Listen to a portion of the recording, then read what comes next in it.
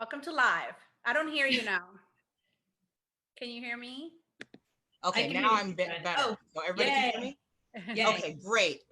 Chrissy says loud and clear. So that sounds like we are loud and clear. So I wanted to introduce everyone to the Disorderly Blondes. I will allow each of them to introduce themselves in alphabetical orders from A to Z. And we'll learn a lot about autism today from these lovely ladies. So I'll go ahead and start with my Brenda. Yay, it's me. My name is Brenda, half of the Disorderly Blondes. My son is Dylan. He is 17 and he is on the autism spectrum. So I have been at this for just a little while. Yes. Thank you for having us. Thank you. Am I next?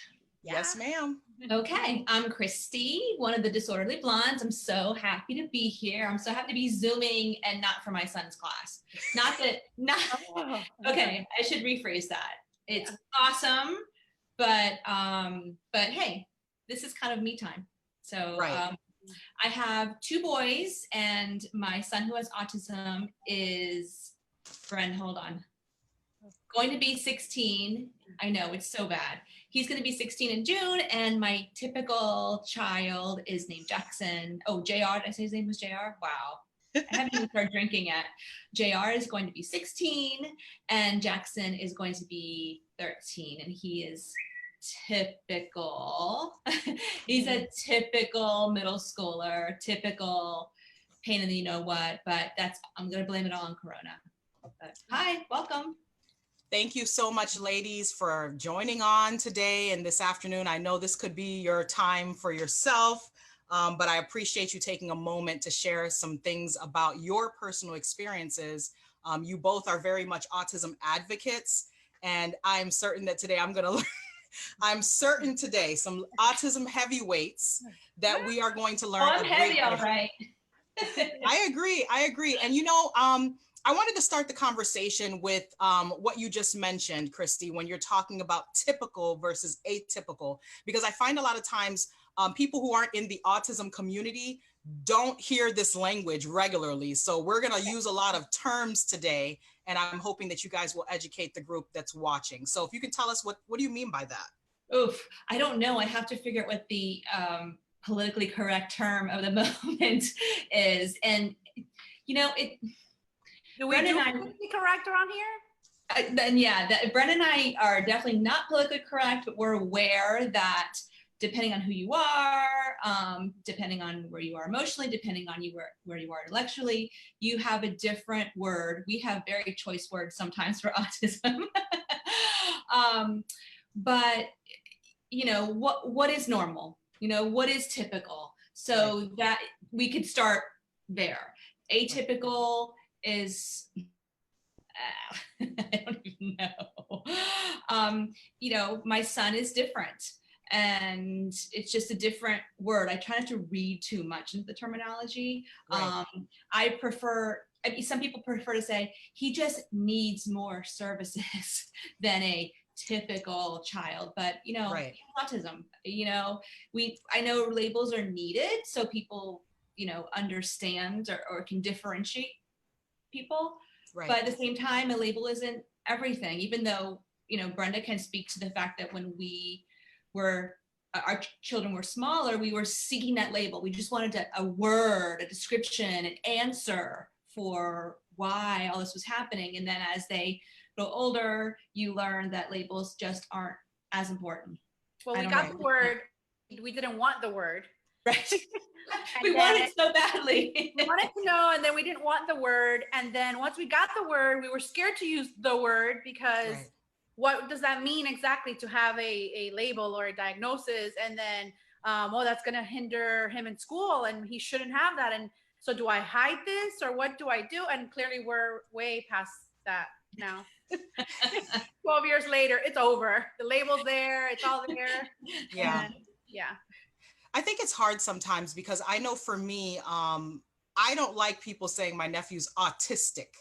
Like, I feel like it's telling me what he is. Like, I like to say my nephew has autism because that's just something that is a part of him, but he's not autism. You know what I'm saying? Like, I feel like there's so many things that we could talk about in terms of my nephew. He's a comedian. He's a pain in the behind. He's very into music. Like there's so many things that you could use to describe him. He's musical, he's loud, but saying that he's autistic, I sometimes feel like that just leaves a condition on him, and then he never gets out of that thought process. So when someone sees him, it's like, well, that's that autistic kid. No, he's Jeremiah. He has autism. Right. He has autism, right? Yeah. Right. It's funny. Brenda and I write a lot about autism, and sometimes when there's only so many words you can use when you're telling your story, and sometimes I have to say has autism or is autistic depending on the wording. And right. It kills me because part of me is like, autistic, that's an adjective. Is that like cancerous? And then I'm like, okay, has autism. Yeah. And then some people say, my son doesn't. Wait, he has autism, but autism doesn't have him. And I'm like, oh my God, Yeah.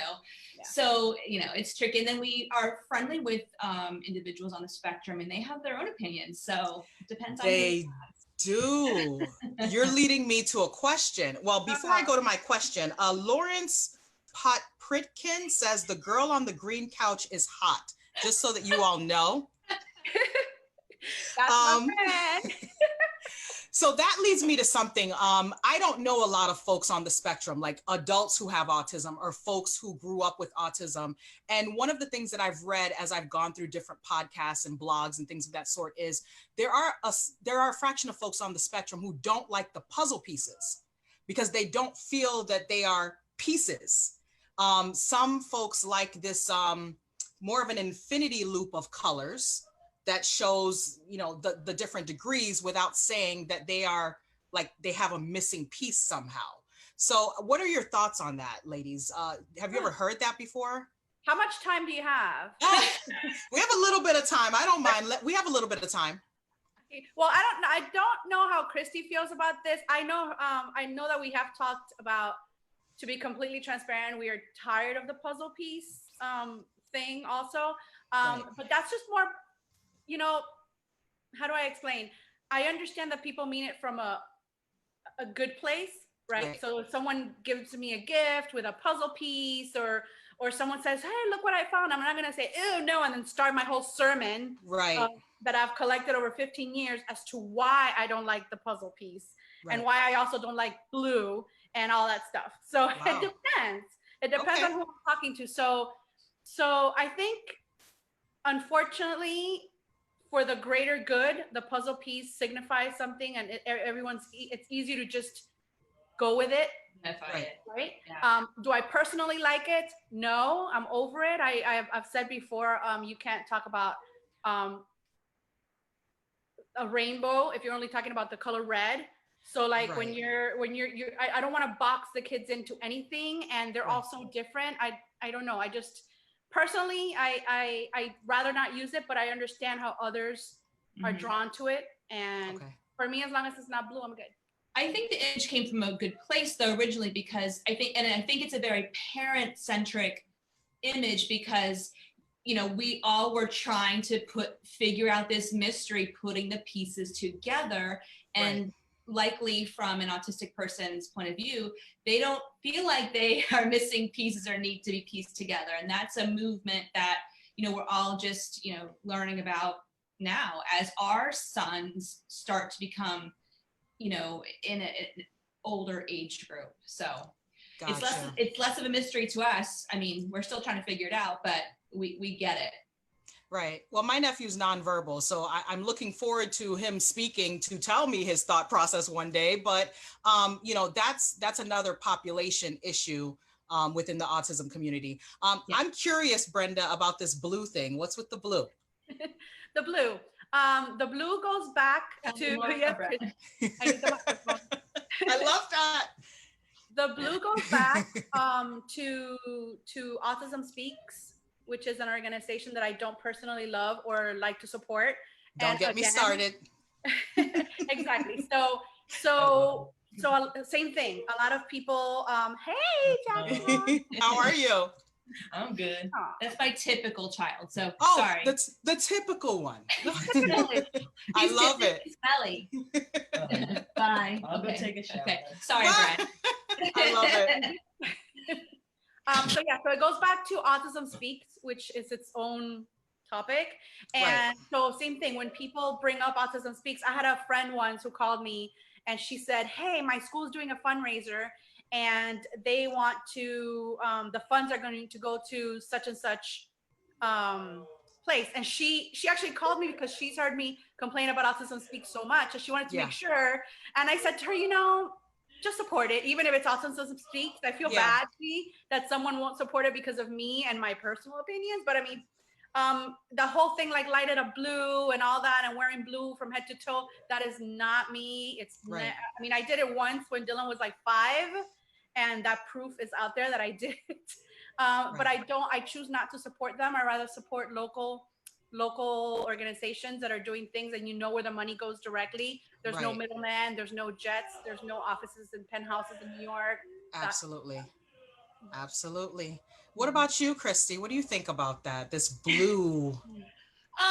You know, if anything, it's kind of tired, you know, because we've been in this game for a while. Gotcha.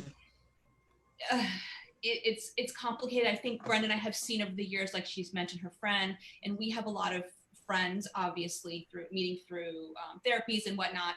We have a lot of friends who have participated in these big rallies and big marches and huge fundraisers. And they barely can get a sitter, but they're out there and they're raising their money and they're collecting their money, right? Their kids in respite, but they're out there busting their butt for what? And so in some of the philosophies that Autism Speaks have kind of followed in the past, we didn't particularly love, like, let's have this huge study, and oh, we had this huge study, we spent millions of dollars, and guess what we found out? That moms who have kids with autism are stressed the F out. Oh, thanks, I could have told you that. You know, oh my gosh. And I know that, you know, the organization has evolved, and so I don't want to, you know, speak too poorly, but that was just, you know, that was our experience. We don't want to see families stressed out over, you know, over awareness when they're living awareness. And supporting local is something that anyone should do anyway.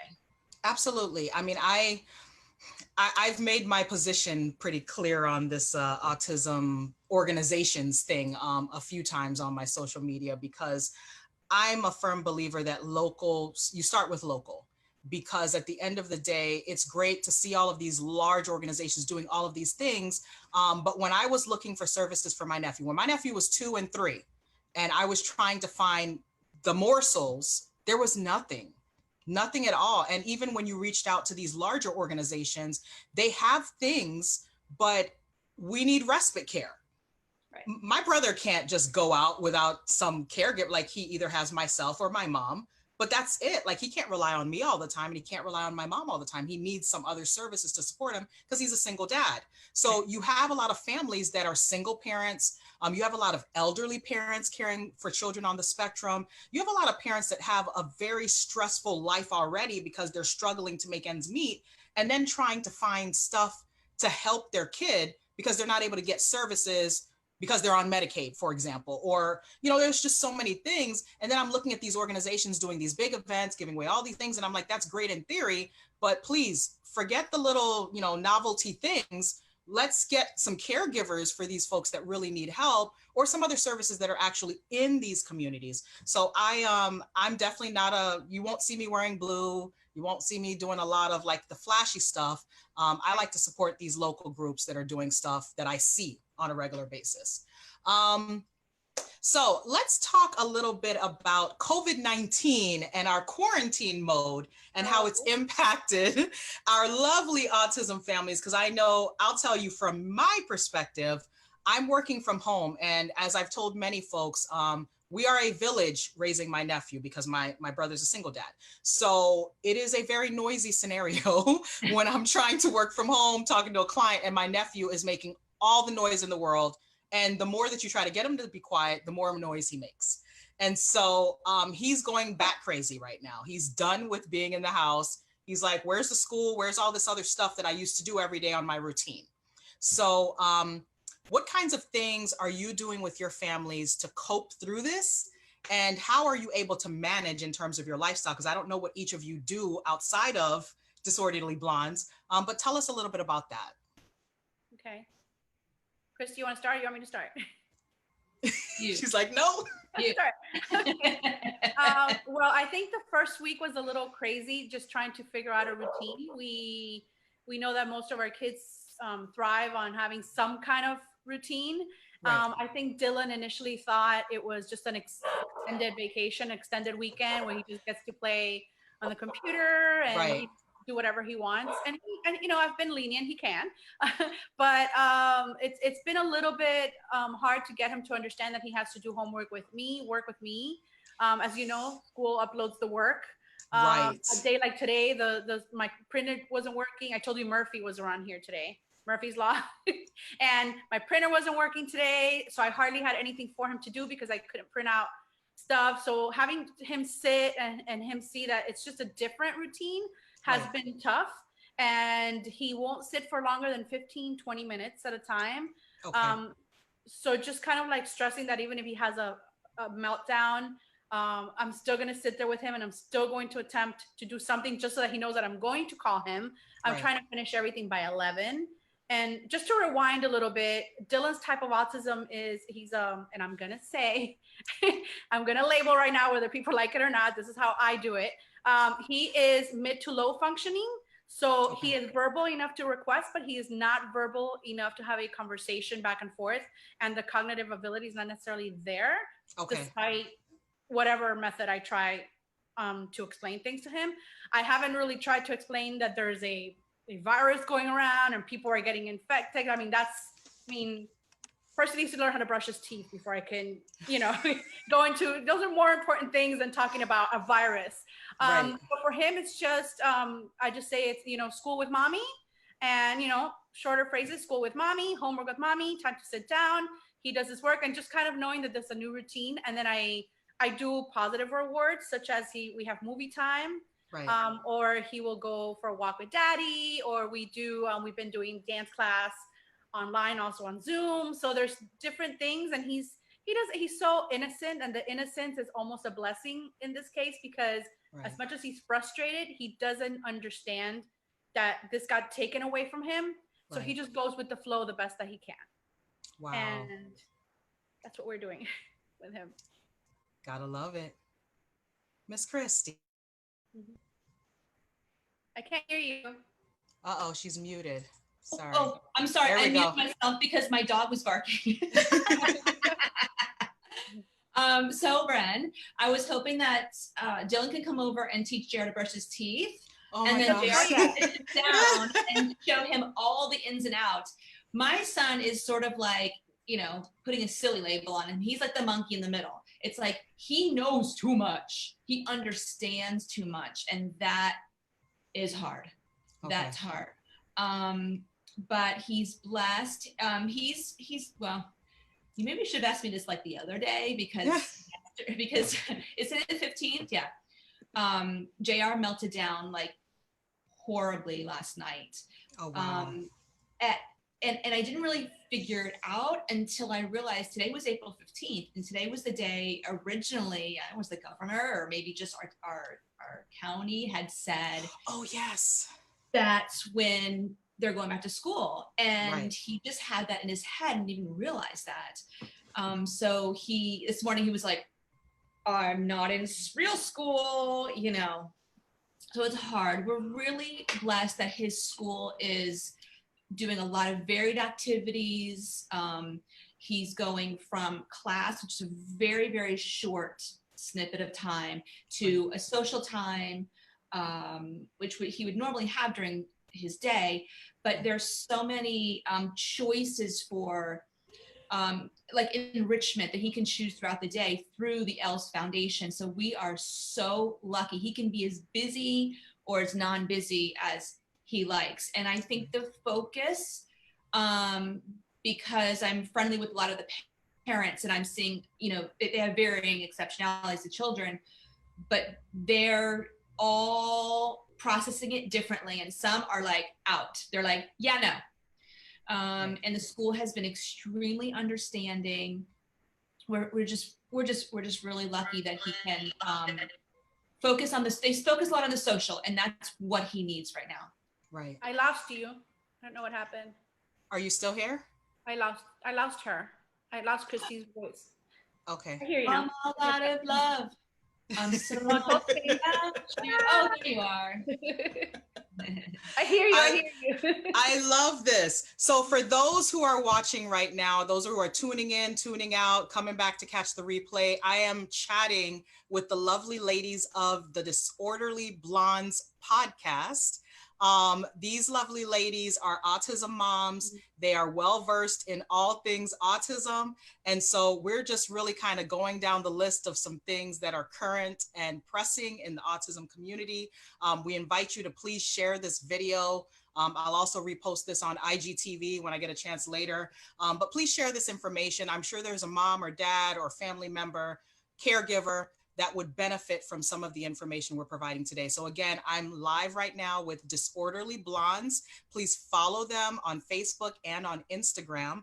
And if you have any questions, we'll definitely answer any questions. So if I catch any, I'm kind of watching some of the things post as they come along, but definitely ask your questions. So ladies, I'm going to switch gears a little bit. I asked this to Audrey from Arts for Autism when I spoke with her a couple of days back, and I wanted to know your 3 words. So if you could describe autism in 3 words, what would those 3 words be? Oh God. Oh no. I have no good words. Is that really considered a word, or is that? Because I know what Brenda says a lot. What? It's 4 words. Ooh, never a dull moment. Dull. Good answer, because my other ones would be very colorful, Candy, and I don't think you want me to say that. And I'm sorry, I am not the kind of mom who goes around saying, you know, oh, it's a rainbow and there's this sprinkles and I don't know, all this like beauty and whatever. You know, Dylan is effing awesome, and he's awesome because he's Dylan. And everything, like you were saying earlier, his talents, his likes, personality, it's him. And if autism wasn't there, his personality would just be magnified. And in our case, because he's a more severe case, whether people like to acknowledge that severe autism exists or not, it does. In our case, it is very painful. Seeing him hurt himself is painful. Seeing him frustrated and crying is painful. So I'm sorry, I have nothing positive to say. It's not a blessing? It's definitely not a blessing for me. And has it taught me anything? That whole thing where like, oh, you know, because I'm a better person. Yeah, maybe I am a better person, a little bit more patient. But he is who he is because he's Dylan, you know? And if he didn't have it, I feel he would, let's say he likes dance, he would be able to take a dance class, you know, and maybe, you know, get somewhere with that. And piano, he might be able to do it a little better if it didn't. So it's all these deficits are hindering him. And I just think that he wants more, and we are killing ourselves to give him that more, you know. And that's me. I've always been very black and white. I'm not that kind of mom. Everyone copes differently. That's me. Take it, leave it. That's, you know. So I'm sorry, I have no good words for. Well, you know what, Brenda? I was ready for whatever language you want to use, because truth be told, my nephew is not on the realm of the spectrum where we're shooting roses from our behinds and, you know, laying around rolling in the hills. He has some very severe tantrums, and I'm talking slamming in the head, hitting concrete, whatever it is, crying, punching. I mean, he's bitten himself a number of times. He has even markings. Like if you look at his hands, you could see where he's broken skin. I've gotten bitten. My brother's been bitten. Mom's been bitten. I mean, hits, punches. I mean, hitting every surface that he can with every part of his body. So my version of dealing with autism has nothing to do with roses at all. And what I hate a lot of times is I never get to see other folks who are dealing with more severe forms of autism. I'm always hearing folks talk about, oh, my kid is great and he's able to do this and he's able to do that. I'm like, what are you talking about? Like, that's not everybody. So I invite you to use whatever language you'd like to give us the real story, truth be told. I think what happens is it's more color. It's prettier and nicer, and everyone. I always say everyone wants to. You know, even like with sometimes we all do it, right? We all say, "Oh, I'm just gonna turn off social media because I'm tired of hearing all the negative stuff," right? And I'm tired of hearing the bad news, and everyone is drained, and everyone's natural reaction is everyone wants to help, right? I know like friends, they want to reach out and they want to just help. So instead of sometimes when you're complaining or I'm saying something, oh, you know, Dylan did this, whatever. Sometimes people's inclination is to say, well, have you tried this or have you? And sometimes you just need somebody to say, it sucks. I hope tomorrow's better.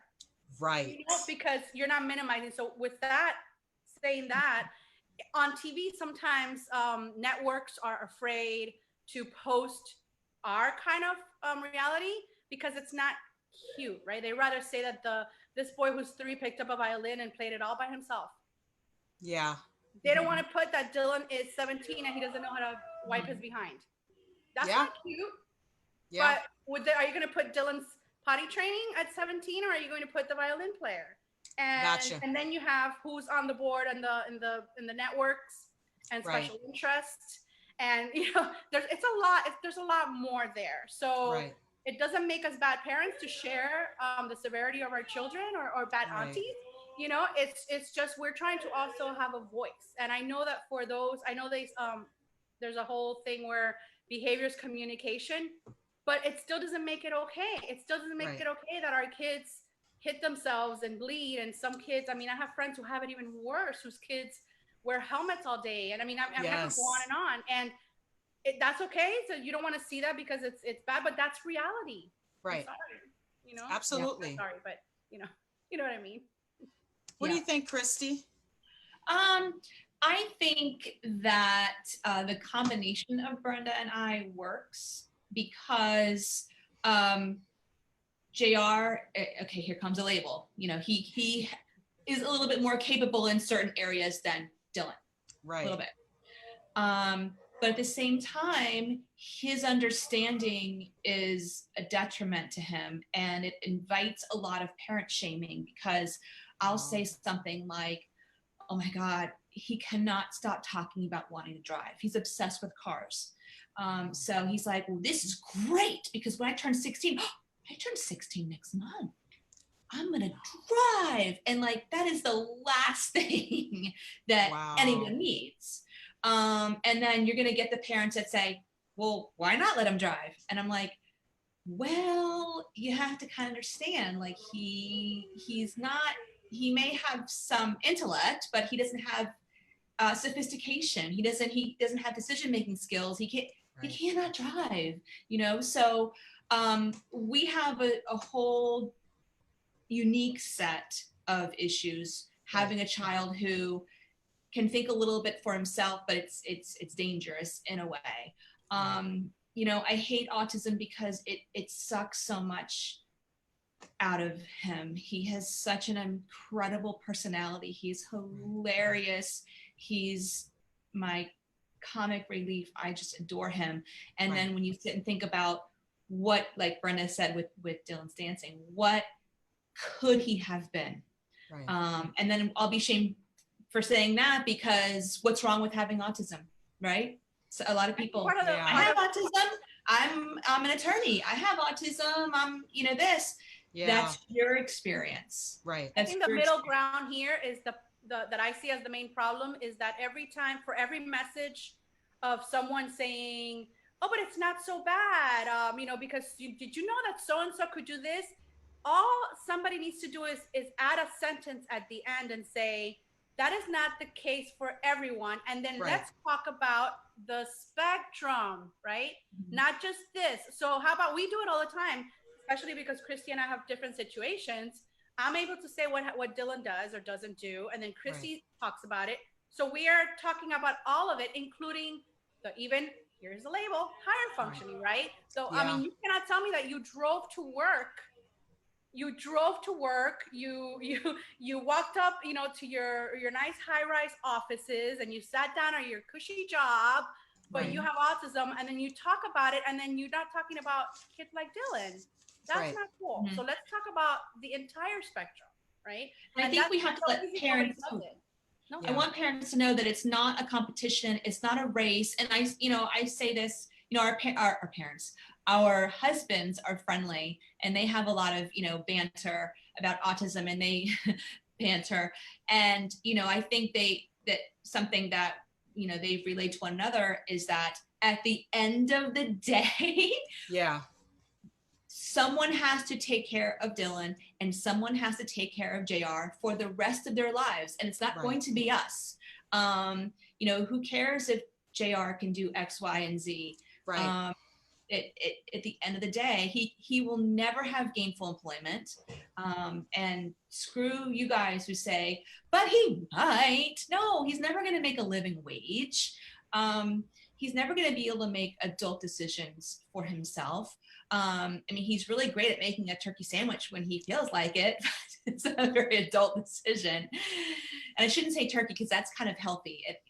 I should say like chocolate chip cookies. So again, he needs somebody to be taking care of him, and it sucks. Right. That's the hardest thing. As a non-parent dealing with anything autism, I always worry, what is my nephew's life going to be like when the rest of us aren't here? And, it's a battle in my household because we're always kind of bumping heads a little bit because yes, he does need help, but we have to help him learn to be somewhat self-sufficient, because my mom's notorious for doing something like, let's say she's making chicken for dinner, but she knows Jeremiah likes ground beef with rice. So she'll make the regular dinner and then she'll make the ground beef with rice, right? So now he's eating chicken and ground beef with rice with whatever else. So he'll eat both. And I always say to my mom, he's gonna eat whatever you make eventually. So you're gonna get to a point where he'll eat anything. And right now, when he's hungry, he's gonna eat whatever you put in front of him. So you have to keep him in that habit, because if he knows every time it's dinner time, grandma's gonna make 2 different kinds of meals for him specifically, then we're screwed, because he's going to have a caregiver or whoever else is supporting him as he gets older who doesn't care that he doesn't like chicken, or doesn't care that he doesn't like ground beef, or whatever it may be. And so that's a great fear for me. It's the enabling behaviors that we all engage in because we love to help and coddle them, and I'm guilty of it. So I'll testify to that. Well, because we have to choose our battles too. Right? Yeah, that's true. Like baby steps with that. It's a daily battle, but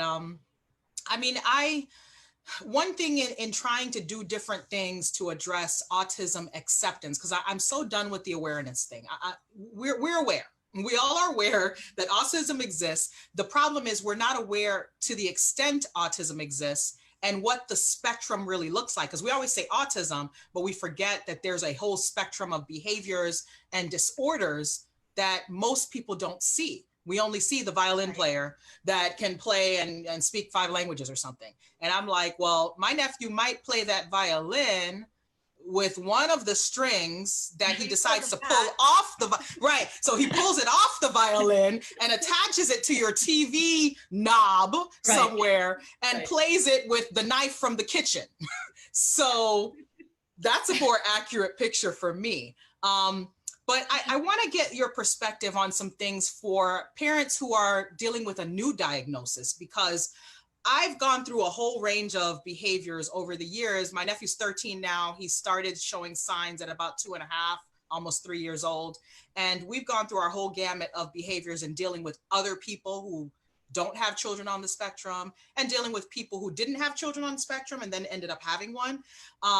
What advice would you have for new parents who are now facing diagnosis and possibly were one of those people looking like, what's wrong with that kid? What advice do you have for those parents? Bren, you want to talk about the young moms? The young moms. We always keep saying that in our podcast and we mess it up. Christy, you go first this time. Oh, no. Oh, thanks. No, I had to add that because I really feel like our podcast is catered to parents facing a new diagnosis. And we're always saying young moms, which is not necessarily the case, but I feel like everyone's younger than us at this point, so it's fine. So I think that we keep that in mind during our podcast, and I think our goal really is so that those families didn't have to go through what we did. I mean, they're having to go through what we did, but without the help. Yes, they could have gone on Autism Speaks and they could have printed out a PDF, you know, the steps and all that. So, you know, we want to tell them that autism is survivable. I mean, you know, with the help of alcohol and friendship and laughter. It's not, you know, a laugh a minute, obviously, but I think, you know, for me, you know, the best advice is follow your heart. I can't tell you how many, and still guided sometimes by, well, what will people think? What will people say? Or, you know, should, you know, what if I'm doing this wrong? You're not doing anything wrong. Right. You are being a parent. You're doing the very best that you can. Ask for help and F everyone else. That's all. Absolutely. Bren, what do you think? That's where I was going to go with my answer too. It's okay to do you. And by that, I mean, when you first get a diagnosis, everyone is going to have an opinion, from the neighbor to the grandma to the husband, even to the sister everybody's going to have an opinion. Mm-hmm. So learn to just take it. Some of it might be good, some of it might not be as good, but at the end of the day, do what you think, and it's okay. It's okay because you are the parent, and whatever you are going with your gut and whatever you think, it's the right thing for your child.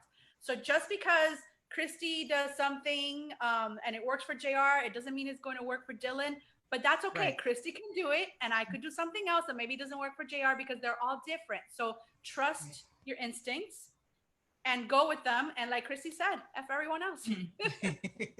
And one day at a time. One day at a time. You know, it can be very overwhelming. And I remember even, you know, Brenda and I have known each other for a long time. And I remember, you know, she would do something, be like, oh, we gotta get on that. Like yesterday. Well, you have a little bit of time, number one.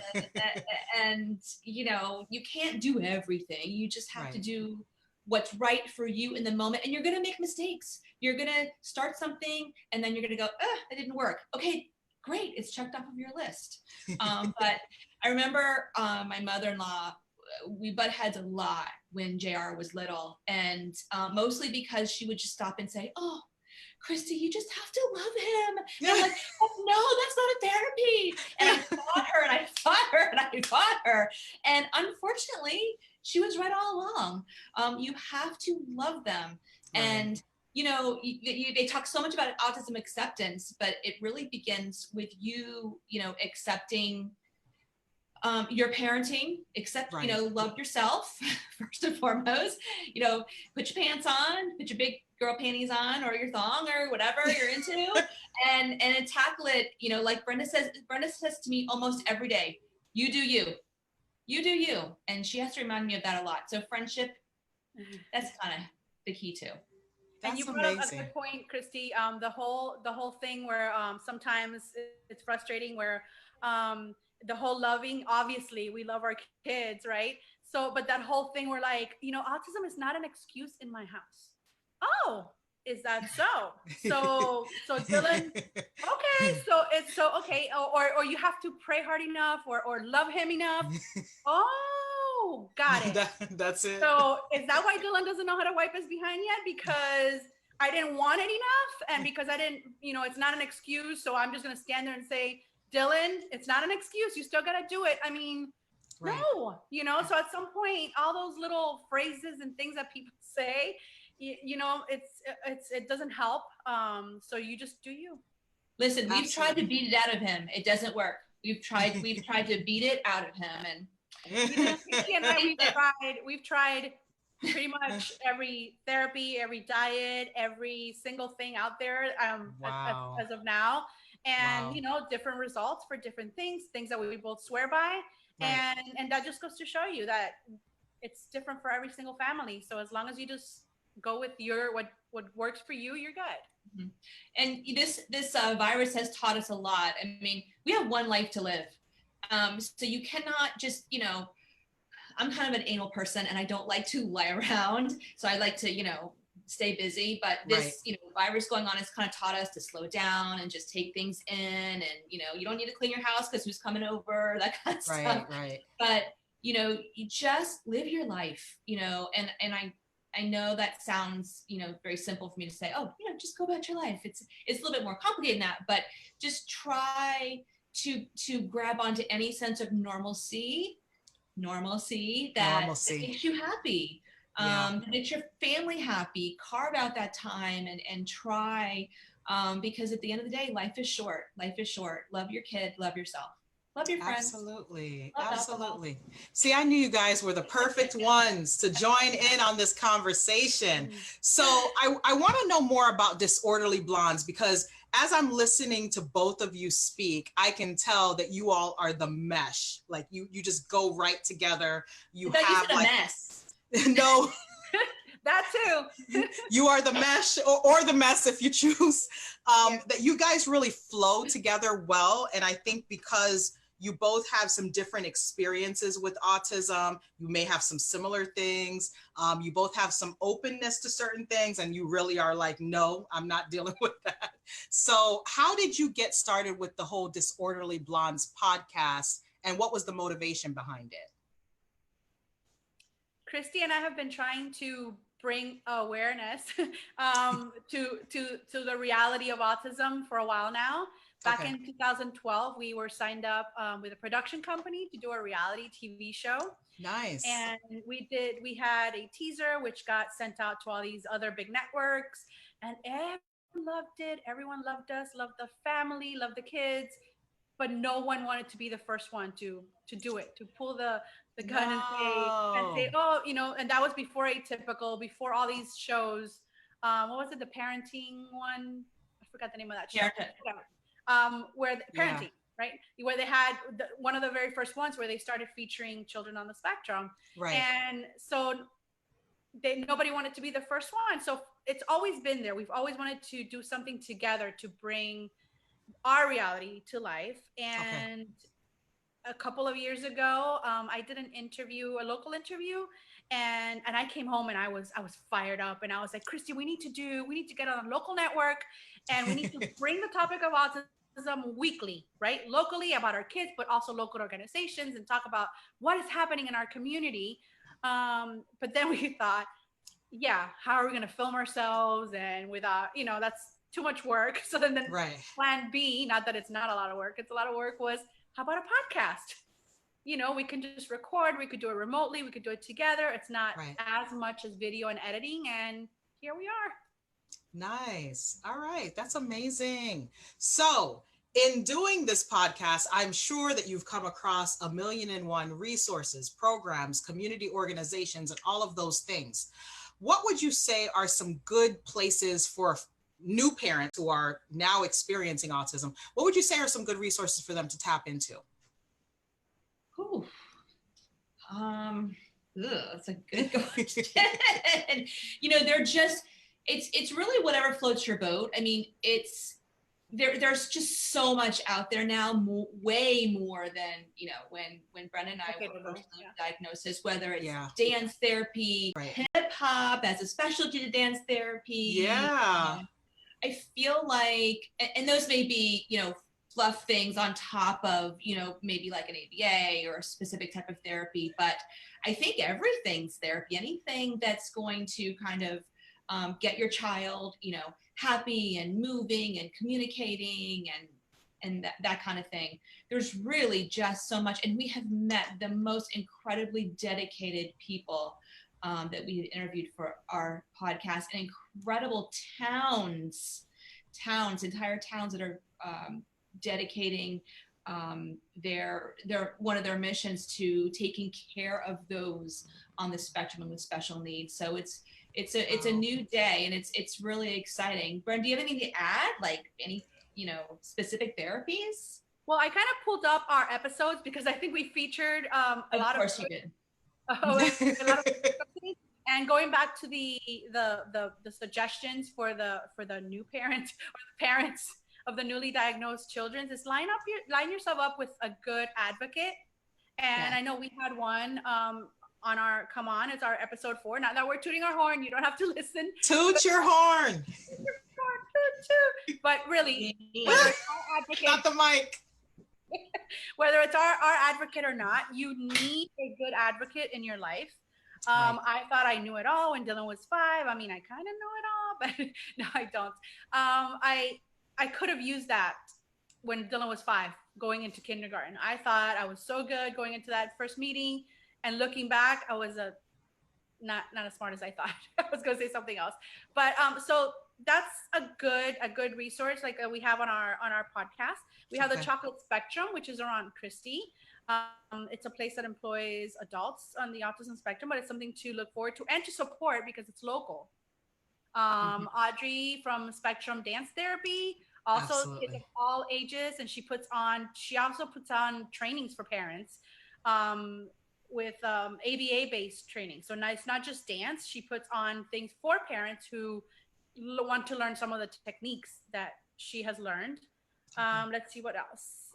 The town of Miami Lakes, yay! They have so many good resources, and if you do live in Miami Lakes, it's everywhere. Like you cannot miss it. They have a council. Christy, do you remember the full name? I always get it wrong. I always get it wrong too. With Marilyn Ruano. Yes, so and amazing. They're great with their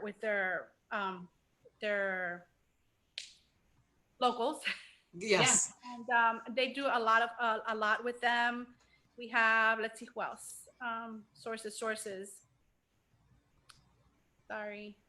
And take a look at what some of these model towns are doing and demand that of your town. Right. Whether it's a cafe, run by individuals on the spectrum, or free parent trainings, and going back to what we said earlier, try everything. If you can afford it, or try, and then you could weed things out. You just never know. My son started doing drama, and he was a shining star. And I'm thinking, and I'm only saying that because he's gonna be 16, and I have been trying to find like a niche for him for forever. And you may be looking for that forever, and I'm not saying a niche as a job. As a niche is something that's a distraction. We all need a hobby or something that we're into. But has he played the violin? Yeah. When he gets in his Bugatti and he drives himself over to the violin store. Oh my gosh, not the driving and the violin. Right. Oh my gosh. I remember all the surfers for autism and A Perfect Day. Dylan did both when he was very little. I think you have to be 5, to start. I don't remember. Okay. If it's changed, but they're great. Okay. Really quick with registration. But if anyone has any questions or wants suggestions, they could always reach out to us, and we're always happy. Always. Our inbox, we're always answering, moms and who have questions for us. What was that thing that Dylan did or whatnot? Yeah. So we're happy to share whatever we think could help. Absolutely. And I'm hoping I'm hoping that folks really do take advantage of the opportunity to reach out to you. I know that I've reached out to you guys about just finding out about, stuff for summer. And you've definitely always responded really quickly with, little tidbits here and there. I mean, honestly, anybody watching this, if you have any questions, please check out the Disorderly Blondes podcast. They're on Facebook. They're also on Instagram at Disorderly Blondes.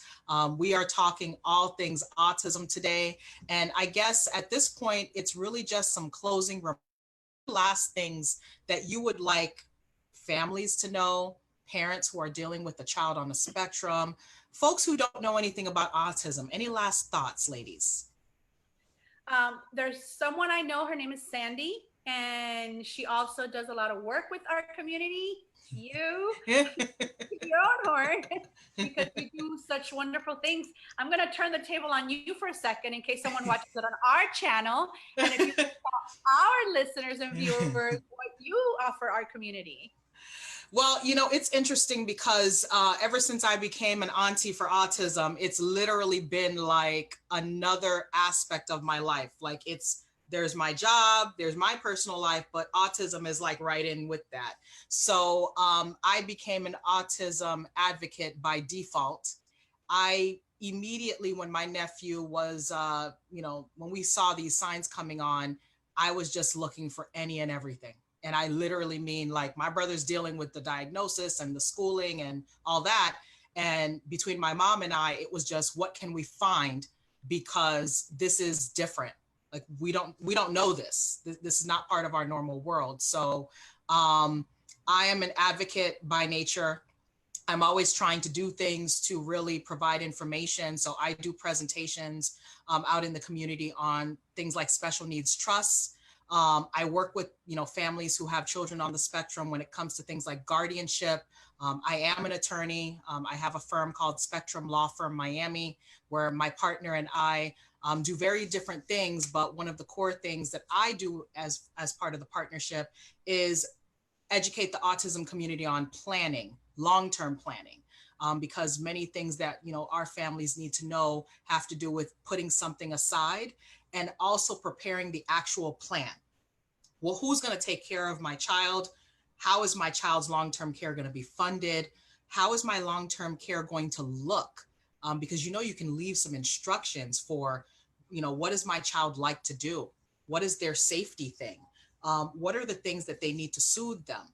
Who's going to understand their bedtime routine and their morning routines and afternoon routines? So I'm very into, in my law practice, working with families to really give them the tools so that they not only know what their child's picture will look like, but also have the documents in place. So I'm Sandy B, the Auntie for Autism. You can find me on Facebook, my first and last name, or you can find me on Instagram at Sandy B Law. So that's a little bit about me. Sandy, there's an expression, you're going to hear a lot, is that you are your child's best advocate. So if you don't, get on the stick, who will? But I'm here to say that, family, they're either in and they're in it to win it, or they're out. Absolutely. They're out. And I've experienced both of those things. So I'm so proud to know you, not only for what, your advocacy, but what you're doing, for your own nephew. It's very, very touching, and we appreciate you. Thank you, ladies. Thank you so much. So, and if there are no last comments, ladies, anything else you want to add to the pot before we wrap this up? Wash your hands. Don't touch your face. And then wear gloves, please. Look, can we try to tell the children to do this? Because my nephew, it's like the mask goes on and it's like right here. And he's just like, he's enjoying the fact that the mask is on his face. Don't ask him to, wash his hands too much, because then he'll just be spending his whole day doing this all day long, rubbing. No. So he uses a lot of hand sanitizer. That's our go-to, because he likes to feel the hand sanitizer. Oh yeah. So for everyone who watched this, I hope that you will share this video. I'm hoping that anyone who catches it on the replay, that you'll post your comments. We'll still be able to see your comments. This is also going to be posted on Instagram and YouTube. So if you have any questions after this video, please know that we are a resource to you. Again, I'm with Disorderly Blondes, the podcast. You can catch these ladies on Instagram and Facebook. Please check the description and the comments for our contact information. Ladies, I thank you so much for joining me with this chat. And I look forward to many more opportunities with you ladies. Thank you so much. Thank you so much. Thank you, Sandy. This was so fun. Absolutely. We'll chat again. Bye, ladies. I'm going to go eat something now. Yes. Again. Bye. Bye.